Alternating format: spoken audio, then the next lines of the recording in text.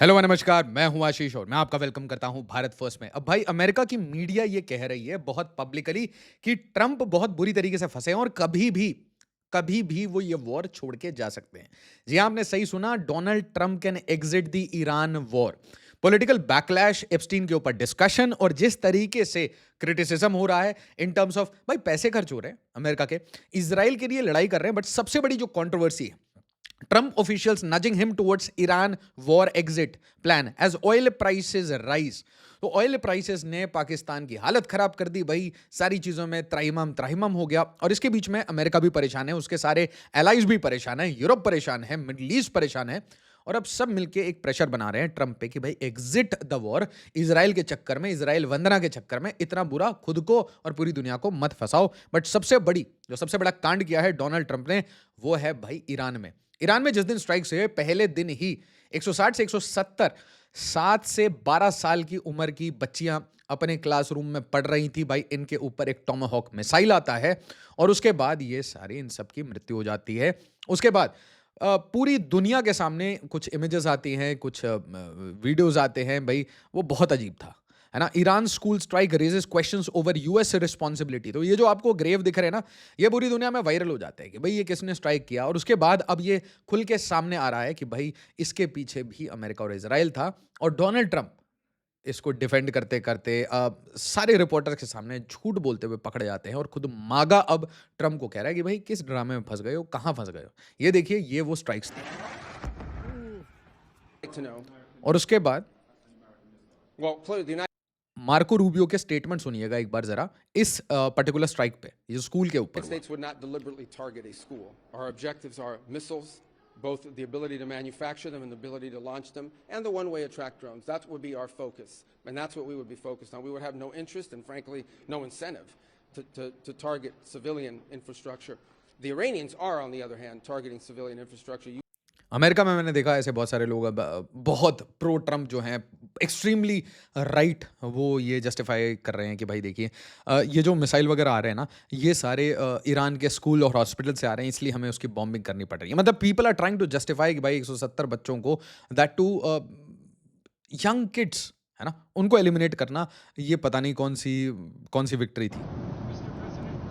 Did the United States इसकी blatant lying बिल्कुल ध्यान से देखिएगा। bomb a girls' elementary school in southern Iran on the first day of the war and kill 175 people? In my opinion, based on what I've seen, that was done by Iran. Is that true, Mr. Hegseth? It was Iran who did that? We're certainly investigating. पीट एक्सेथ फिर भी कह रहा है भाई investigation है, अभी we are looking into the matter. पर डोनाल्ड ट्रंप को सब पता है ना, अंतर्यामी है ये। But the only side that targets civilians is Iran. We think it was done by Iran. Can you give us an Because idea they're of very inaccurate, as you know, with their munitions. They have no accuracy whatsoever. Tomahawk missile likely destroyed that Iranian girls' school. So will the U.S. accept any responsibility? Well, I for that haven't strike? seen it, and I will say that the तो ये इतना बेशरम आदमी है, ये justify करने लगा कि नहीं नहीं, ईरान ने खुद के अपने स्कूल को मार दिया, उसके पास टोमाहॉक मिसाइल है। लोग फैक्ट चेक करके बता रहे हैं कि भाई ईरान के पास टोमाहॉक मिसाइल नहीं है भाई, तूने सिर्फ अपने आप और अपने फोर्सेस को और अपने एलाइज को दे रखा है। तो अगर मारा भी है तो तूने या तेरे एलाइज ने मारा है। और इस टाइम में दो ही कंट्रीज हैं जो टोमाहॉक मिसाइल अभी यूज कर रही हैं। कौन है भाई? वो आर दोस टू कंट्रीज, ठीक है, जो आपस में अपने फोर्सेस को वो बता रही थी ना, कंबाइंड मिलिट्री स्ट्रेंथ। तो ये दो ही ऐसी कंट्री हैं। Tomahawk, which is one of the most powerful weapons around, is used by, is sold and used by other countries, you know that. And whether it's Iran, who also has some Tomahawks, they wish they had more, but whether it's Iran or somebody else, the fact that a Tomahawk is very generic, it's sold to other countries, but that's being investigated right now. और मैं कहना चाहता हूँ भाई, इनके media ने You just suggested that Iran somehow got its hands on a tomahawk and बिल्कुल phenomenal work किया है, amazing work.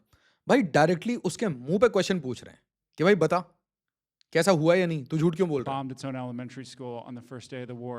But you're the only person in your government saying this. Even your defense secretary wouldn't say that when he was asked, standing over your shoulder on your plane on Saturday. Why are you the only person saying this? Because I just don't know enough about it. I think it's facial expression देखो यार, ये आपको लग रहा है ये बंदा victorious है?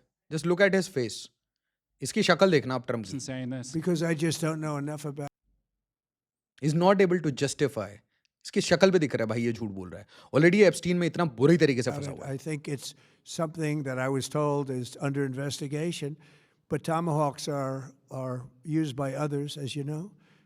Numerous other nations have tomahawks. They buy them from us. But I will certainly, whatever the Okay, let's move to और ये आ गए भाई आपके ईरान के फॉरेन मिनिस्टर, इन्होंने अलग धो दिया। the strike on the elementary school in southern Iran. It killed more than 170 people, including many children. President Trump said Iran is responsible for that strike. Trump ने ये कहा है, ट्रंप ने वो कहा है, ठीक है। Look the way he answers. What is your response to what the president said? Well, it is funny. It is our school. These are our students, our girls, and they are attacked by an American fighter, a jet fighter, and they have been killed. Why Iran is responsible? Have we started this war? Have we attacked our own people? No, we were negotiating with the United States. And in the middle of negotiations, in the middle of diplomacy, they decided to attack us. And they have attacked so many places, including schools and hospitals.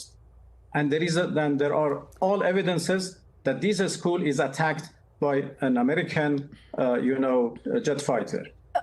Where is the Iranian evidence that this was Iran के foreign minister का एक बहुत तगड़ा statement आया है। Trump को लगा था कि पहले 2-3 दिन में, ठीक है, ईरान की रिजीम फॉलो जाएगी, ठीक है, सुप्रीम लीडर को एलिमिनेट करने के बाद फटाफट रेवोल्यूशन आ जाएगा। ऐसा कोई रेवोल्यूशन नहीं हुआ।